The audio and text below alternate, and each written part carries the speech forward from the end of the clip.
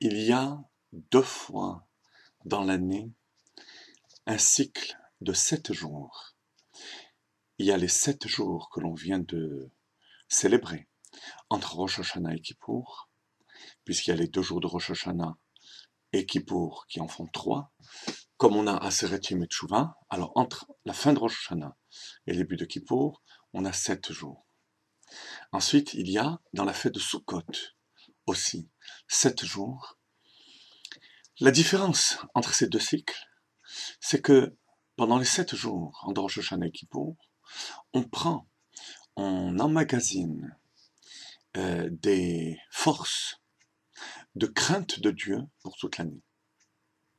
Alors que à Sukkot, les 7 jours vont cumuler les forces de Ahavat Hashem, de l'amour de Dieu pour toute l'année.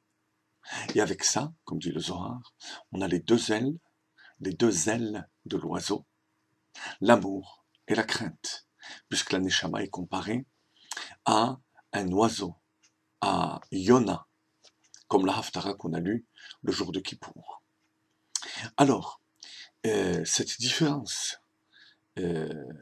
fondamentale entre la crainte et l'amour va faire aussi la différence entre la notion de soleil et d'ombre. Vous savez que la souka, pour qu'elle soit kshera, il faut qu'elle ait un toit qui constitue plus d'ombre que de soleil. Tsilata meroba mechamata. S'il y a plus de soleil que d'ombre, la souka n'est pas kshera. La souka elle-même, ce srach de Sukkot, découle du Anan HaKetoret, de la nuée d'encens, qui était le paroxysme de la Avoda de Kippour.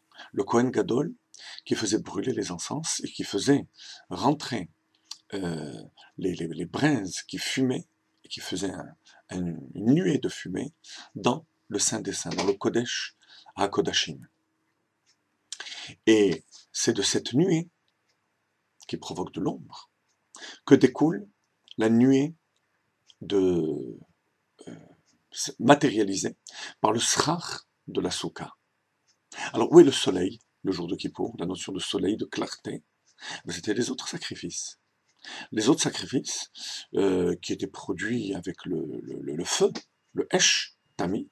Or le feu qui était le déclencheur du Esh Shelemal, du feu d'en haut, apporte de la clarté. Donc à Kippour, on a aussi la notion d'ombre, la nuée des Ktoret, des encens, et la notion de clarté, de soleil, au niveau humain, par le feu qu'on a porté, et au niveau céleste, comme le soleil, par le feu qui était déclenché, le feu d'en haut. Et on retrouve ces deux notions dans le toit de la souka, puisqu'il faut, dans le toit de la souka, aussi de l'ombre et du soleil, mais essentiellement de l'ombre. Alors, à quoi correspond ce symbole d'ombre dans la avoda, dans le service divin? Ben, tout simplement par ce qui produit cette ombre, à savoir la ktoret, les encens. Ktoret a pour racine étymologique ketar, qui veut dire attachement, l'attachement total à Kadosh Baruch Hu. Alors que les korbanot viennent du mot karov, qui veut dire proche. Alors, quand on dit proche, ça veut dire qu'on n'est pas un. Proche, oui, mais pas une seule entité. Ça, c'est le korban. La clarté.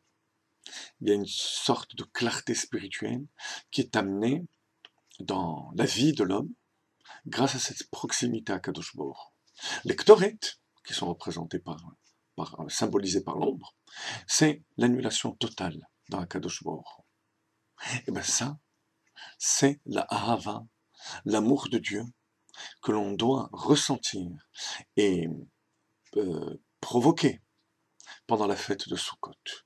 C'est ce qui amène, c'est ça, l'amour absolu de Dieu. Et c'est ce qui va transformer nos fautes en mérite.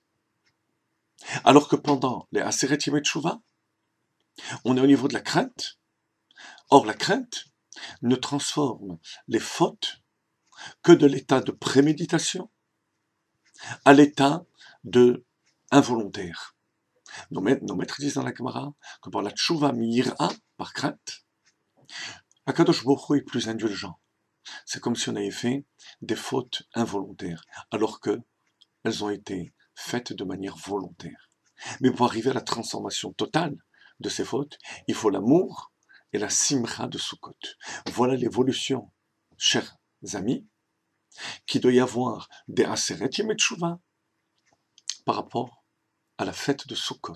À la fête de Sukkot, tout se fait par amour, par simcha et par annulation totale à Kadosh Baruch Hu. Certes, ça s'est fait d'une certaine manière, à Kippour déjà, puisque la nuée est provoquée à Kippour, mais de manière matérielle, dans notre vie, à travers Tchouva, Tfila et Tzedaka, mais d'une autre manière à la fête de Sukkot, dans la simcha et l'annulation totale à Kadosh Baruch Hu. Shabbat Shalom et Chag Sameach.